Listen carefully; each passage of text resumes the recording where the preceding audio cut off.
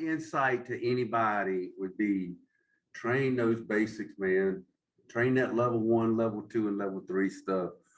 Train it, train it, train it till when you get sick and tired of it, the thought of it makes you want to puke. You're halfway home.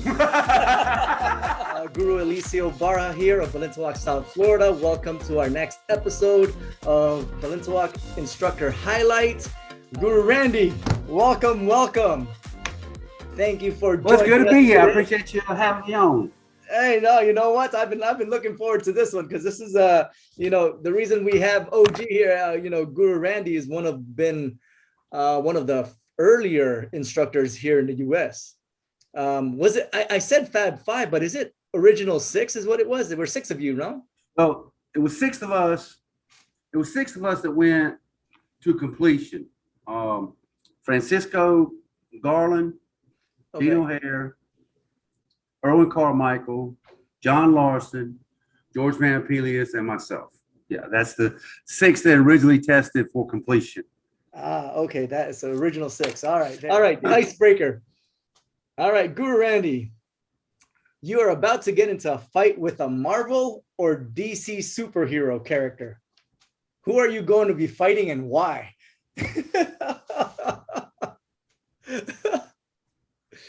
Yeah, I think I know the answer to that straight away. Do you remember an old comic called Kung Fu Master? Kung Fu. That might be a little before your time. It might have dated me a little bit there, but yeah, he was like a martial artist, and I really liked him. But I think I would choose to fight him because he didn't have a superpower. I mean, what kind of chance would I stand against Superman, Spider-Man? Nah, give me the Kung Fu guy. give me something. Give me a fighting chance on somebody.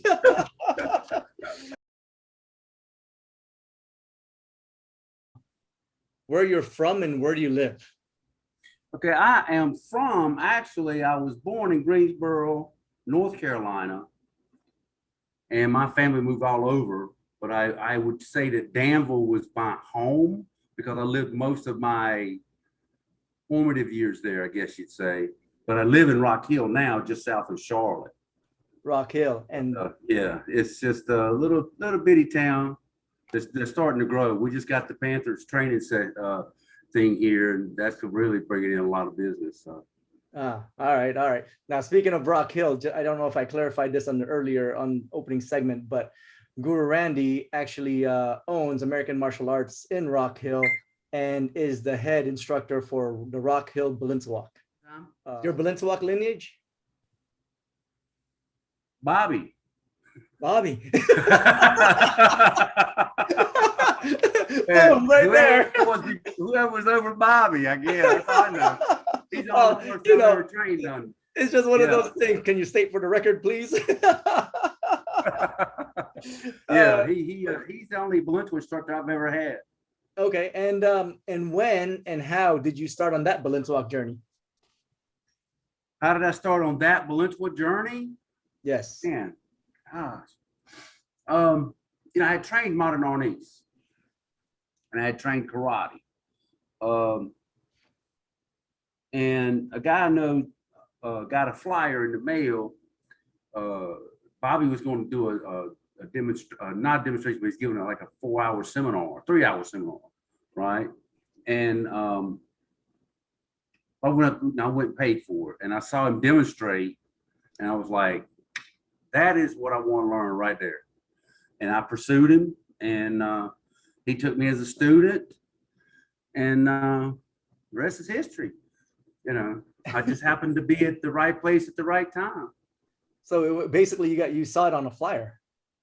One more time. Basically, you saw it on a flyer. Yeah. Oh yeah.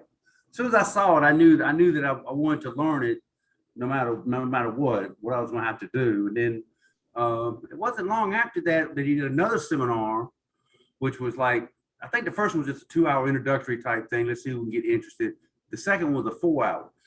Now there was probably 30 or 40 people there at that first seminar, right? There was 2 hours. But the second seminar that he had, Erwin Carmichael's, was only 6 or 8 people there. Oh, That was a grueling 4 hours. That's a lot of drills and work. I was like, man, are you kidding me? Oh, geez.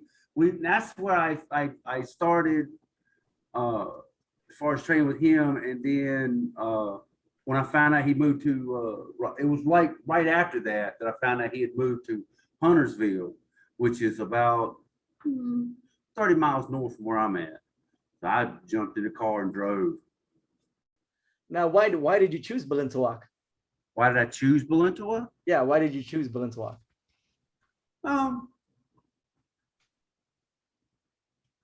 I wanted something that I thought would fit me, right? And the Balintawak system fits me like a glove, man. I mean, the Balintawak, the grouping, everything, the everything, it fits me like a glove because, I'm not a small guy. And for me to be able to do what I do with Balintawak, man, it's a miracle. Yeah. Yeah. Awesome. And how long has it been now? 30 years. 30 years. 30 years. Now, would you, I know we've had this discussion before, but it'll be kind of fun to talk about here. FQI versus QI.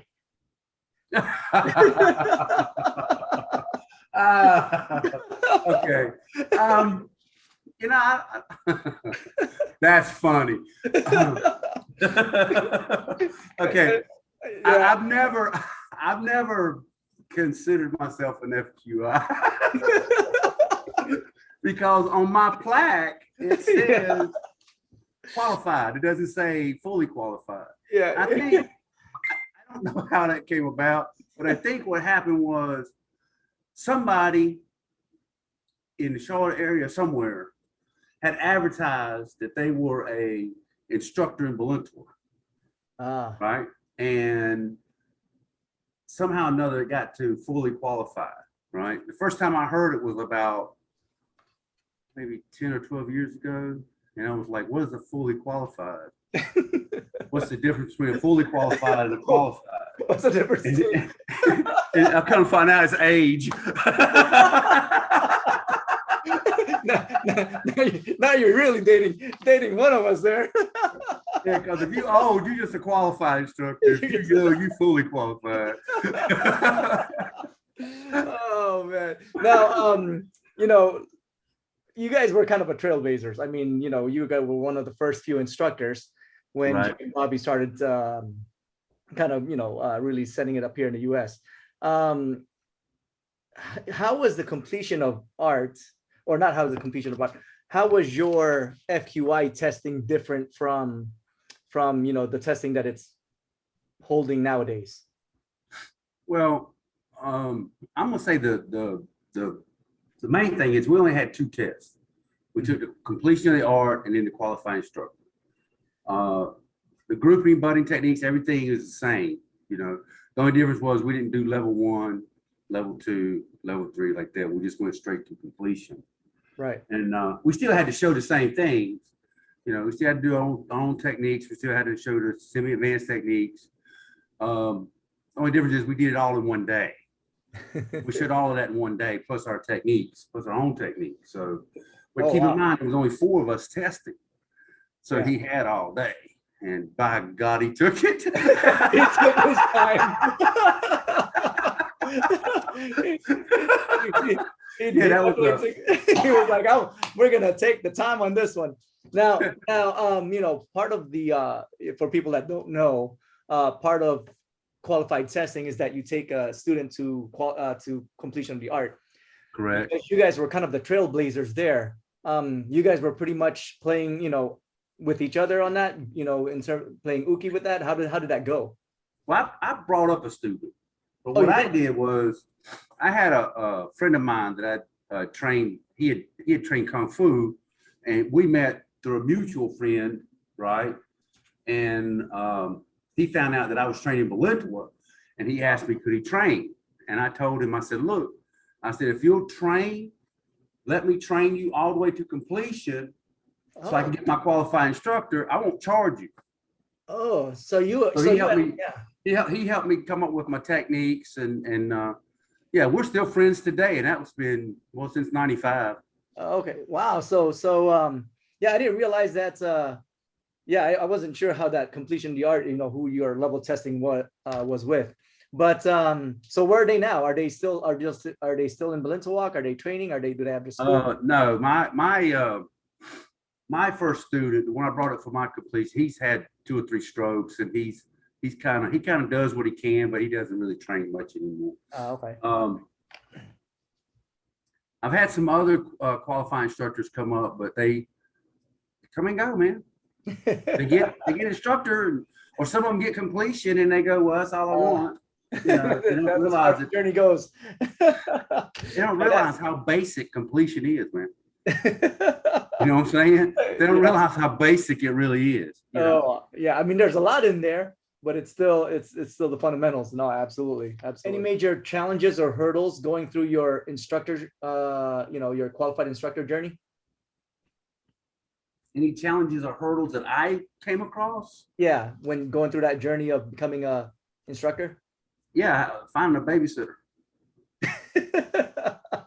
Finding a babysitter, because I had my wife and I had decided that I would quit making cabinets because she made way more money than I did, and I stayed at home with my son.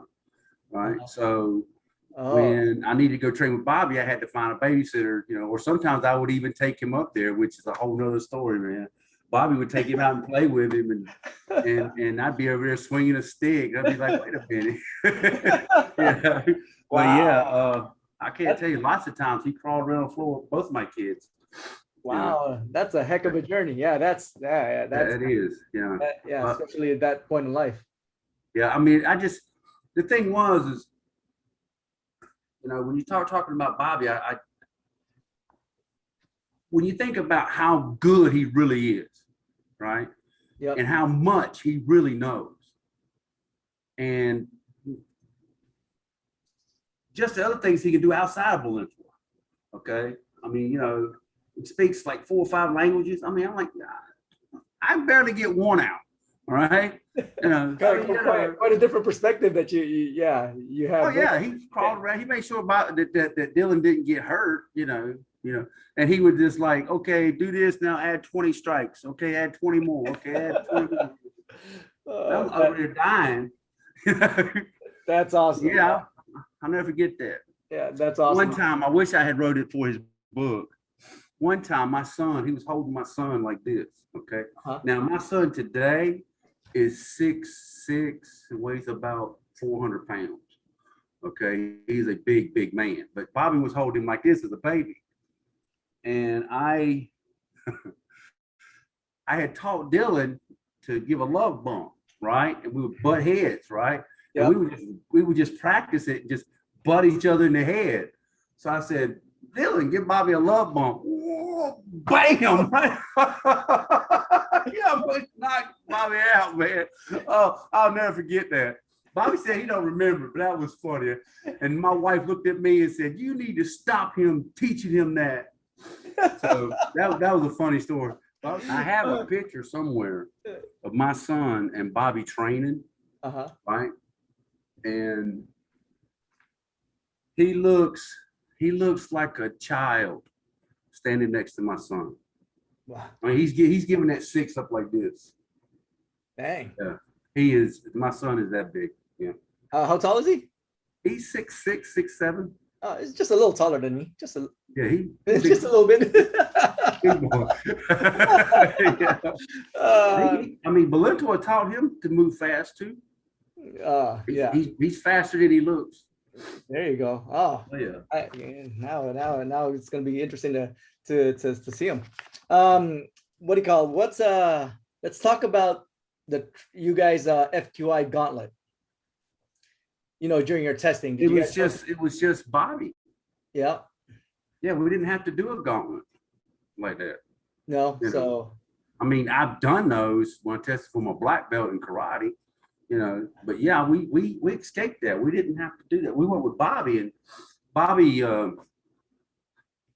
he spanked us around a little bit. He hit us a little bit. But I mean, it wasn't, I don't know, man. 25 years, man, you forget the pain. You forget about, you know, the bad stuff. You only think about the good stuff. But I don't remember, we didn't, you know, we had to play with everybody, but it wasn't like the way it is now. they would like it is now, you know. We basically fed them, they didn't feed us. It was a little bit different. Yeah. And yeah, it's a little bit different. Yeah, There's nobody else to feed us, man. It wasn't like it is now, you know. Well, that's why I was kind of curious, because I was like, you know, as you guys being the trailblazers, I knew it was going to be different. So that was the interesting part. Well, that's why when I get up there, I don't.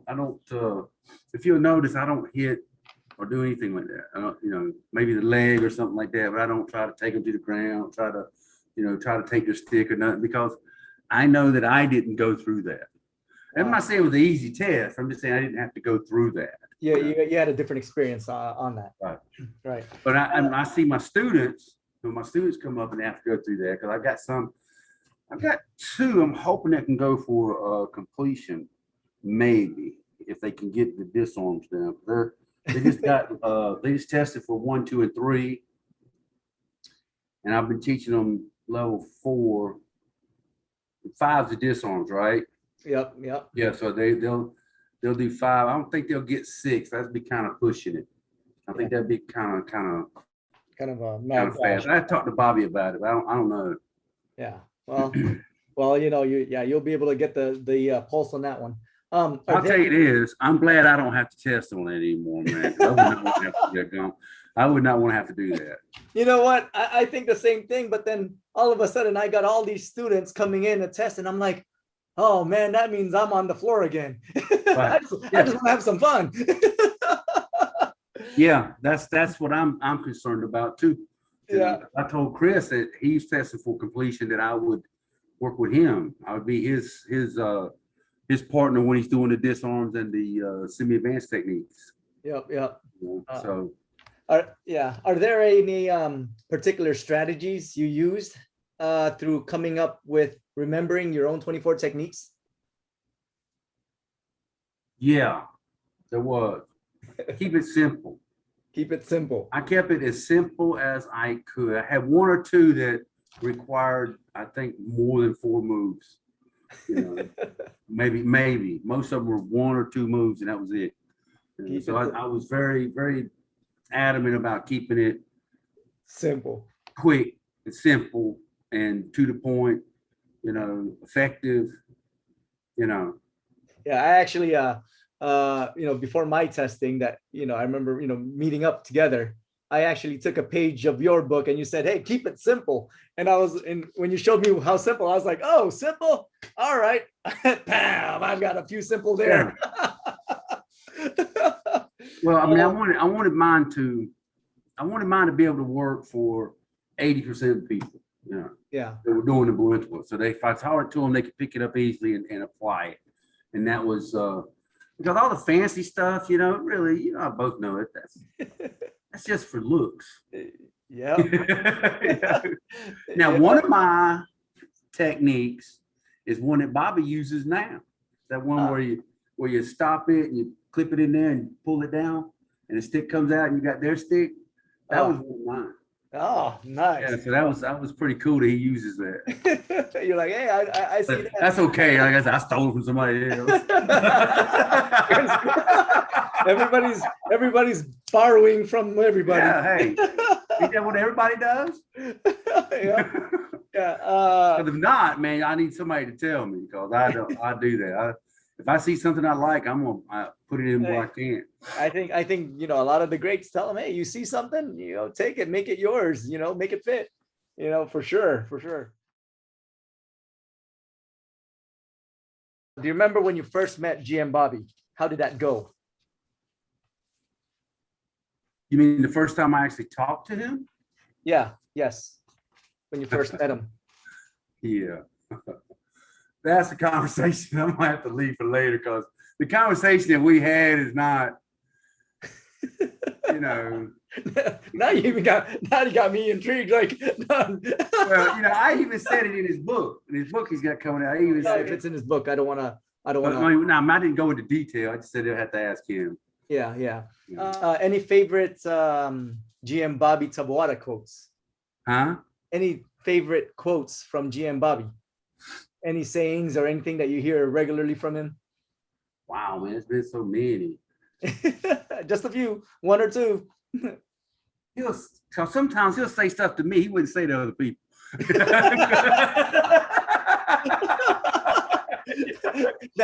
Which which explains the long pause.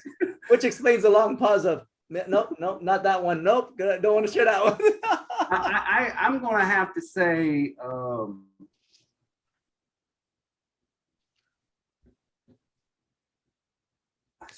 I don't know, man. That's a tough question.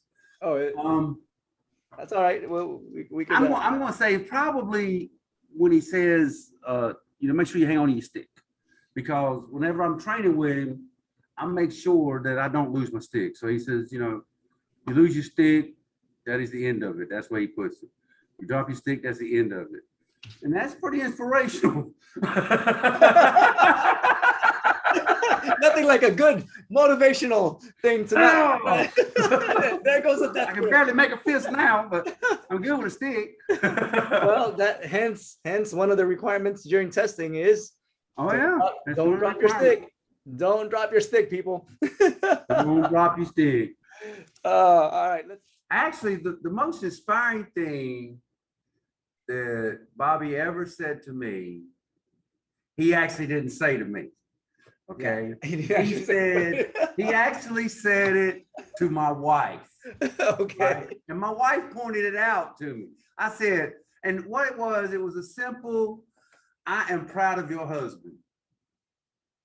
Huh. He said, I am proud of your husband. He didn't say I'm proud of you, Randy, because he never would. Right? But he told my wife, he said, I'm proud of your husband. And this only happened maybe 6 months ago. Recently. Okay. Yeah. Okay. Oh, wow. So, I mean, I'm like, and after all these years, I looked at my wife, I said, did Bobby just say he was proud of me? And she said, no. He said, yeah, but he didn't say it to you. He said it to me. That's my wife talking, Wow. And I'll never forget that, And then I thought about it I said, it's the first time he had ever said he was proud of me. And I was like, damn it, I must have hit gold. Oh, wow. If that doesn't inspire you, man, nothing will. Yeah. How has Balintawak impacted or influenced you? Oh, wow, man. Are you kidding? It's changed the way I look at everything. All my martial arts, karate, everything. We do a form. We have a form in Balintawak called Balintawak Boxing. Uh-huh. Okay.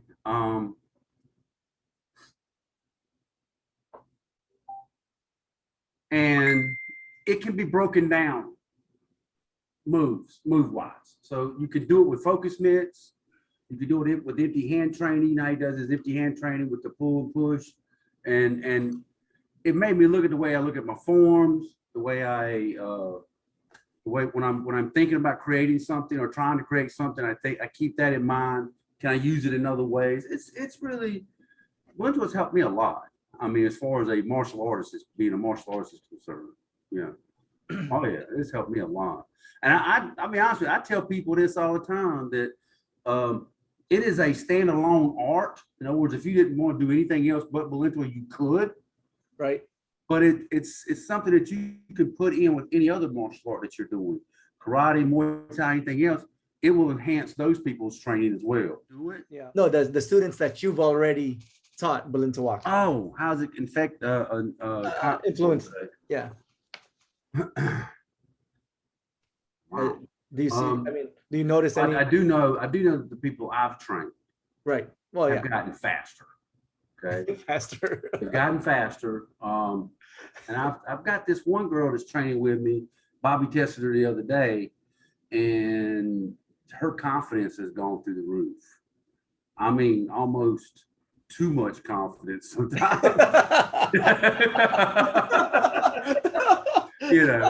So, but she works hard at it and does a good job. So Yeah, when you're putting, when you put in the work and you've got the right instructions, I mean, those are, it does. That's the way I see it. You know, Yeah. if you're in there working and you're doing what you're supposed to do, and you know you want to cut up for a second, I'm okay with that. But if you're over there goofing off and not doing anything, I ain't got time for you.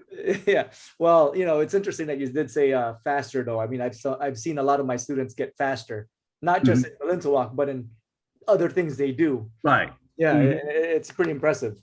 If you were given 30 seconds to quickly share the benefits of training Balintawak, what would you say? I would say that it would give you a leg up on almost any street fight because you would move so quick and defend so quick and counter so quick that the person, if they were untrained, would be in a world of hurt. And even with some people that are trained, because I mean, look at the attributes that Balintawak teaches. You know, you can teach a big guy like me to do Balintawak. You know, you would never think I could move. You can't look at me until I can move. You can't do it. You know it's true, and you know it's true. No, I just don't look like me. Yeah, I'm impressed with your capabilities. And when I first saw you move, I was like, "Damn, go Randy!" Yeah, but for me, it's just a way of life. You know, I really truly do love Balintawak. No, you don't see me post on I Love Balintawak a lot or anywhere else, but I certainly go up to Bobby's and train it every week. I know you do. Yeah, that's I see you regularly on GM Bobby's YouTube page too. Yeah, you're a regular there. Yeah, I'm there a lot. That's for sure. Now, what do you think will be the hardest part about learning Balintawak or learning the art for others? For others? Yeah.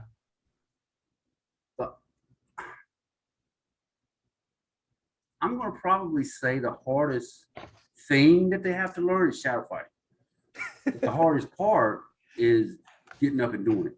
That would be the hardest part. The hardest thing is the shadow fighting, trying to learn it and get it right. Because the grouping is a reactionary thing, you know. Everything else is more or less reactionary. This is something you just have to. Yeah. You have to do it. You know, you have to do it. Any words of encouragement to somebody who's just starting out in Balintawak? Who wants to take a step and try Balintawak? Yeah. I would say the biggest thing I've run into with people when they start looking at the Balintawak stuff is they always say, "Oh, but you got to have a stick," you know. And people go, "Well, I've run into that a lot. Well, I don't carry a stick everywhere I go. I don't want to learn how to fight with a stick, right?" Right. So I would say the hardest part is trying to get them to make that transition that, you know, when they first start, they don't understand that this is actually an empty hand art that you're learning with a stick. They don't get that, you know. So sometimes what I have to do, especially in the first class, is I will get up and do empty hand defense and counter and some of the grouping system with one of my senior students so that they can see that you don't necessarily have to have the stick, but the stick is just a tool like a punching bag or anything else. So I tell them this, you know, so that they will understand that, you know, hey, you don't have to have the stick to do this art. You know, of course, it's a good idea to bring one to class. Yeah, you might need that.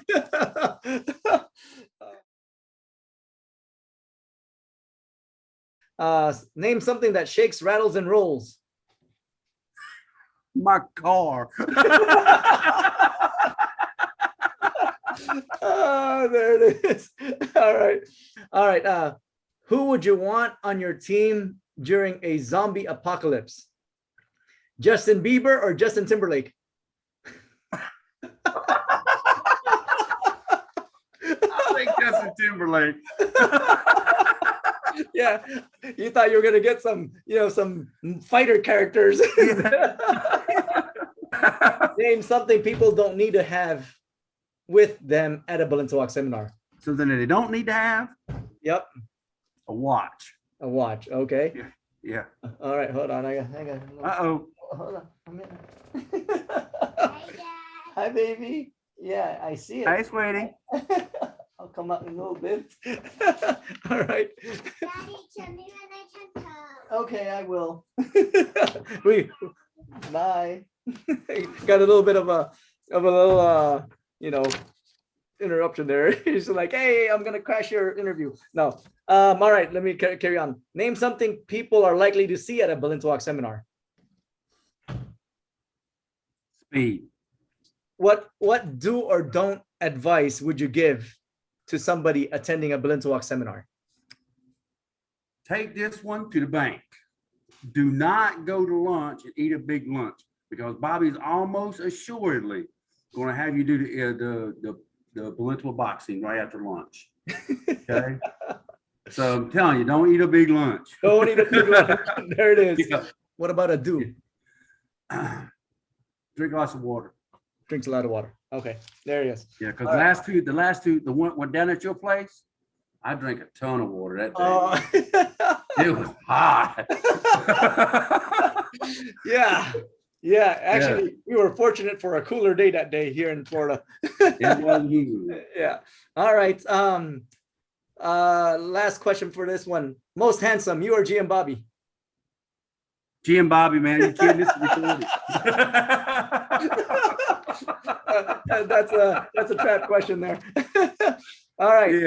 Yeah. I'm Now, not gonna mess that up. don't mess that up. All right. Now, all right. Here's our last few here. You and I just won $100,000, but we have to spend it now. What are we spending it on?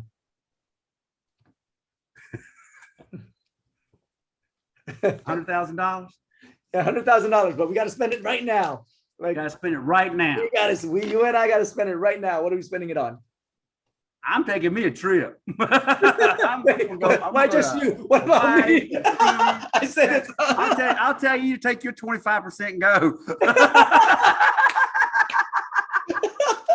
It's like, man, it's like 25% and go. I was like, man, no, not even 50-50. Boom.